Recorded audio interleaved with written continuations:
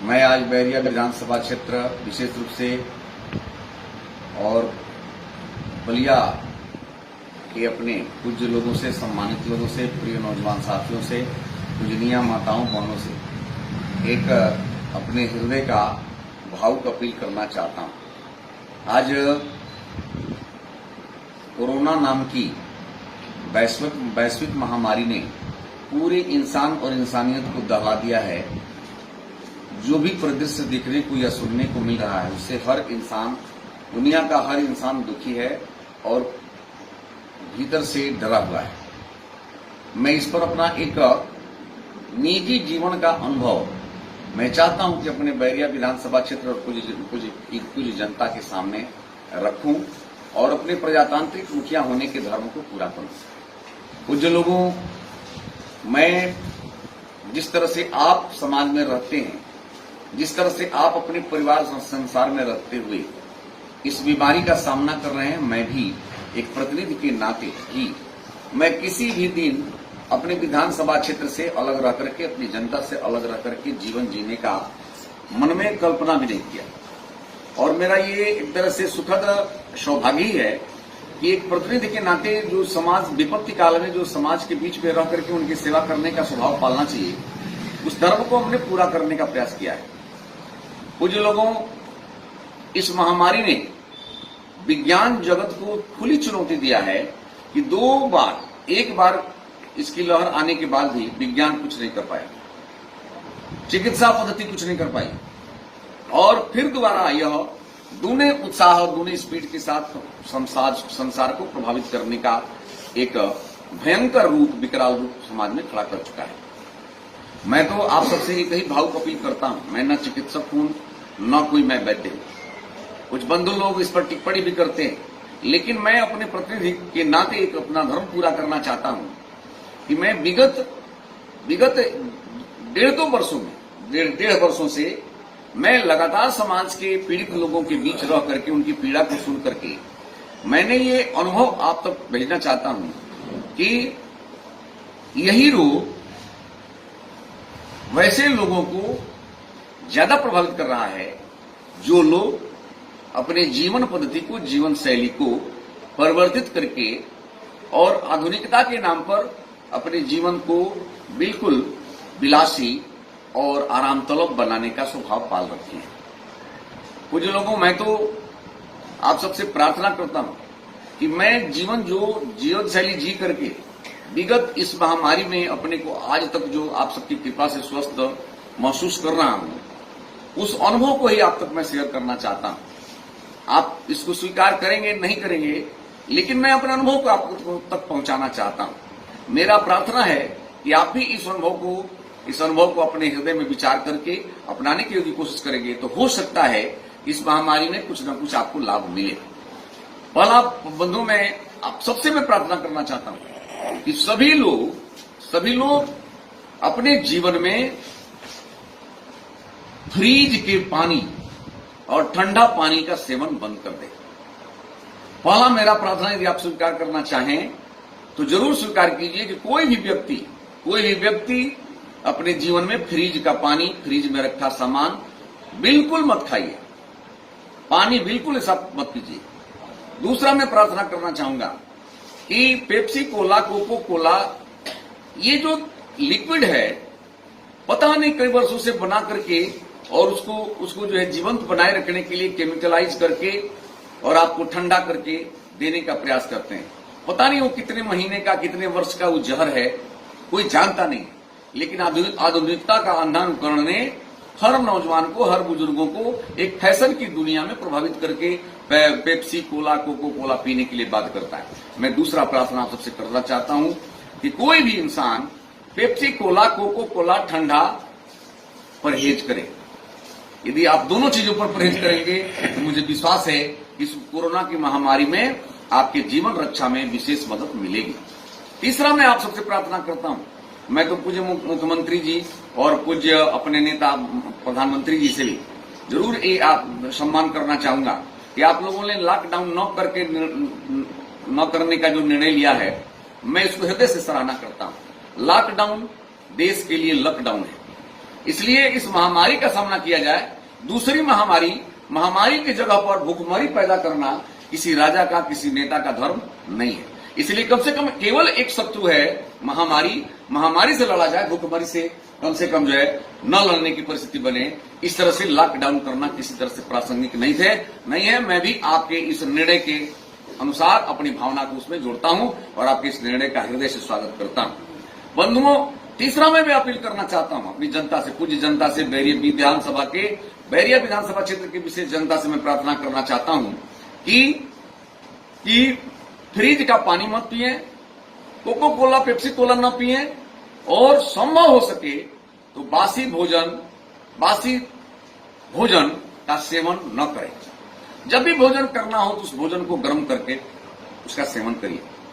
चौथा प्रार्थना मैं और करूं, यदि संभव हो सके, यदि आपके परिवार में संस्कार है कि आपके भावना के अनुरूप या सभी परिवार के लोग अपने लोगों को स्वस्थ रखना चाहते हैं, तो भोजन करने के बाद गर्म पानी का ही सेवन करें। गर्म पानी का ही सेवन करें। संभव हो सके तो दिन भर गर्म पानी का सेवन करें, रात भर गर्म पानी का सेवन करें, क्योंकि गर्म पानी इस महामारी का बहुत बड़ा एक प्रतीकात्मक दवा का काम कर रहा है। इसलिए गर्म पानी का सेवन करिए। और मैं अपना थोड़ा अनुभव शेयर कर दूं कि मेरे संबंध में रहने वाले कम से कम हजारों लोगों को हमने प्रार्थना पूर्वक जब आग्रह किया कि आप लोग सुबेरे खाली पेट गोधन अर्घ का सेवन करें, और खाली पेट 5 ढक्कन पातंजलि के गोधन अर्घ का सेवन करिए। 10 मिनट तक कुछ भी मत खाइए और 10 मिनट के बाद जो इच्छा हो आप खाइए। मैं करता हूं।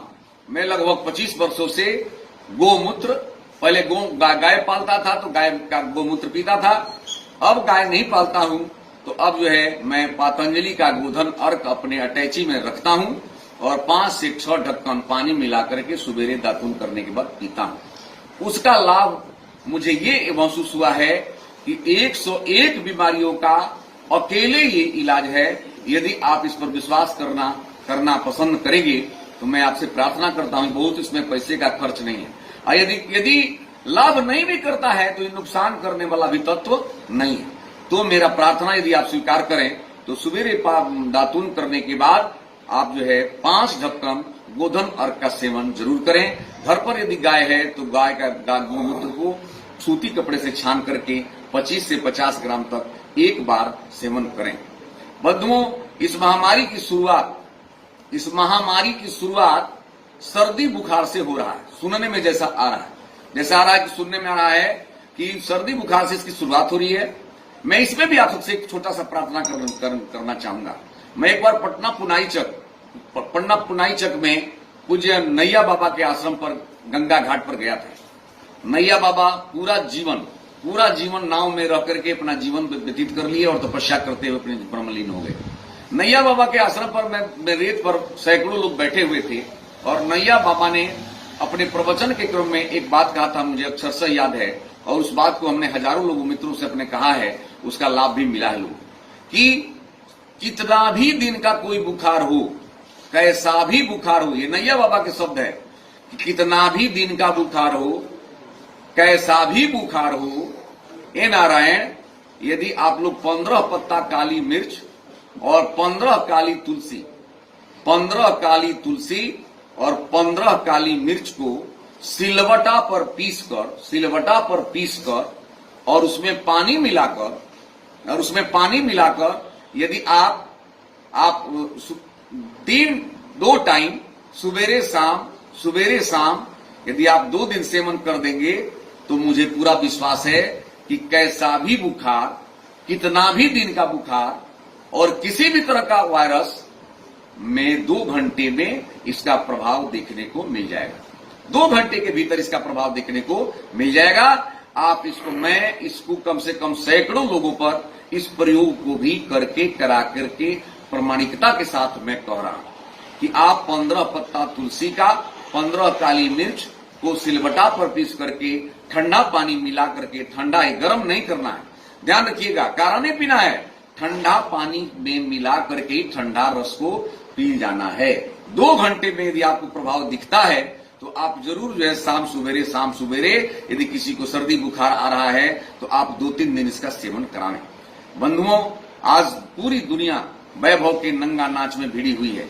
हर आदमी अवसर तलाशता हुआ, व्यापारी जो है खुद लाभ के लिए कितना भी बड़ा अत्याचार करने के लिए तैयार है। दवा के व्यापारी भी इसमें क्षेत्र में कम नहीं। कौन व्यापारी किस स्तर का दवा क्या बना रहा है ये हम नहीं जानते। दवा पर भी भरोसा करिए, दवा खाइए, वैक्सीन लगवाइए, लेकिन सामान्य सर्दी बुखार में पूज्य नैया बाबा के इस आग्रह को, अनुभव को हम आप तक शेयर कर रहे हैं। आप 2-4 लोगों पर आप भी इसका प्रयोग करके देखिए। मैं तो अपने जीवन में सैकड़ों लोगों पर इसका प्रयोग करके, अनुभव करके उस अनुभव को आप तक भेजने का प्रयास कर रहा हूं। कुछ लोगों, मैं स्वस्थ रहने के लिए ये जो 2-4 विधा आप सबको मैं बताया है, उसके अलावा एक और भी मैं आप सबको एक प्रार्थना कर दूं। यदि आप हमारी इन बातों पर 5-6 बातों पर विशेष ध्यान रख करके सेवन करेंगे तो मुझे पूरा विश्वास है कि इस कोरोना महामारी पर पूर्ण नियंत्रण तो नहीं, लेकिन इसके प्रभाव को कमजोर किया जा सकता है। तो 5वां एक है, छठवां एक और भी अनुभव आपको बताऊं कि मैं हल्दी के पाउडर को गाय के घी में भूनकर शीशी में रख करके अपने पैकेट में रखता हूं, और जहां कहीं भी भ्रमण करता हूं और कहीं ठंडा पानी जनता के द्वारा मिल गया, क्योंकि हर जगह गर्म पानी संभव नहीं है जनता के द्वारा, तो ठंडा पानी पीने के बाद हम जो है मैं तुरंत जो है एक छोटा सा टुकड़ा हल्दी का लेकर मैं मुंह में डाल लेता हूं।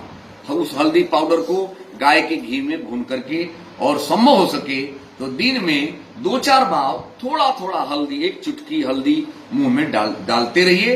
हर 2-4 घंटे पर डाल लीजिए, और शाम को दूध में 2 चम्मच हल्दी डाल करके पीना एक जीवन की परंपरा बना लीजिए। जीवन परंपरा को जितना ही सुदृढ़ और सात्विक बनाएंगे, इस महामारी काल में निश्चित रूप से आप जो है सफलता प्राप्त करेंगे और कोरोना को हराने में मदद कर सकते हैं। आवश्यकता हो तो तभी आप बाजार वगैरह में या अन्य जगह जाइए। जो विज्ञान के द्वारा निर्धारित मानक है उसका भी पालन किया जाए, लेकिन अपने पुरखों के द्वारा जो प्रतिपादित संरचना है, अपनी विधा है, पुरानी आयुर्वेदिक विधा को भी अपनाने में गौरव महसूस करिए, तौहीनी महसूस मत करिए। मुझे पूरा विश्वास है पूज्य लोगों, एक छोटा सा आप सबको उदाहरण दूं कि आखिर यही बीमारी, महामारी और यही वातावरण जीव के इस सृष्टि में रहने वाले अन्य जीवों को भी प्रभावित करता हो, लेकिन अन्य जीवों पर मैं देख रहा हूं कि कोई भी जीव ऐसा हम जैसा इंसान को प्रभावित कर रहा है और लोग मर रहे हैं, वैसा कोई जीव नहीं मर रहा। तो ऐसी स्थिति में यह प्रमाणित है कि इंसान के अलावा अन्य जीवों ने अपने जीवन शैली को बदला नहीं है, इंसान बदला है। आधुनिकता के दौर को देखते हुए अपने को बदलने का प्रयास किया है। तो इस बदले हुए दौर को न अपने अंदर आने दें, और पुरानी जीवन पद्धति को, सांस्कृतिक पद्धति को, अपने हिंदू परंपरा की पद्धति को, अपने नैतिक जीवन को, अपने मुस्लिम धर्म के भी जो अपने पूज्य लोगों का, अनुयायी लोगों का अपनी पद्धति है, उन पद्धतियों को अपनाते हुए, सब लोग अपनी अपनी पद्धति को अपनाते हुए, अपने को विलासिता से अलग करते हुए, आधुनिकता से अलग करते हुए, यदि संभव हो सके तो अपने पुरातन परंपरा पर विश्वास करते हुए, और इस महामारी को हराने के लिए साधन दुर्बल सिद्ध हुआ है, साधना सबल सिद्ध हुई है।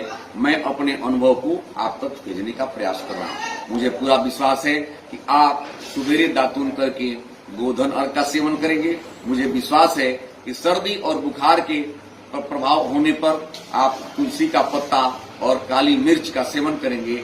मुझे पूरा विश्वास है कि आप गर्म पानी का अपने जीवन में लगातार सेवन करेंगे, और मुझे पूरा विश्वास है कि हल्दी, गाय में भुनी हुई हल्दी को अपने जीवन का अंग बनाते हुए, जहां भी पानी संबंधी कोई दिक्कत आता है वहां पर थोड़ा सेवन करके अपने को स्वस्थ रखने में, समाज को स्वस्थ रखने में, इस देश को स्वस्थ रखने में अपनी भूमिका अदा करेंगे। मुझे पूरा भरोसा है कि जहां इंसान के चिंतन की क्षमता समाप्त हो जाती है, सीमा समाप्त हो जाती है, वहां भगवान की सत्ता प्रारंभ होती है, ईश्वर की सत्ता प्रारंभ होती है, अल्लाह की सत्ता प्रारंभ होती है। इसलिए उस ईश्वर को याद करते हुए अपनी पुरानी गौरवशाली परंपरा को अपनाते हुए इस महामारी से विजय पाने में हम सब सफल होंगे। धन्यवाद।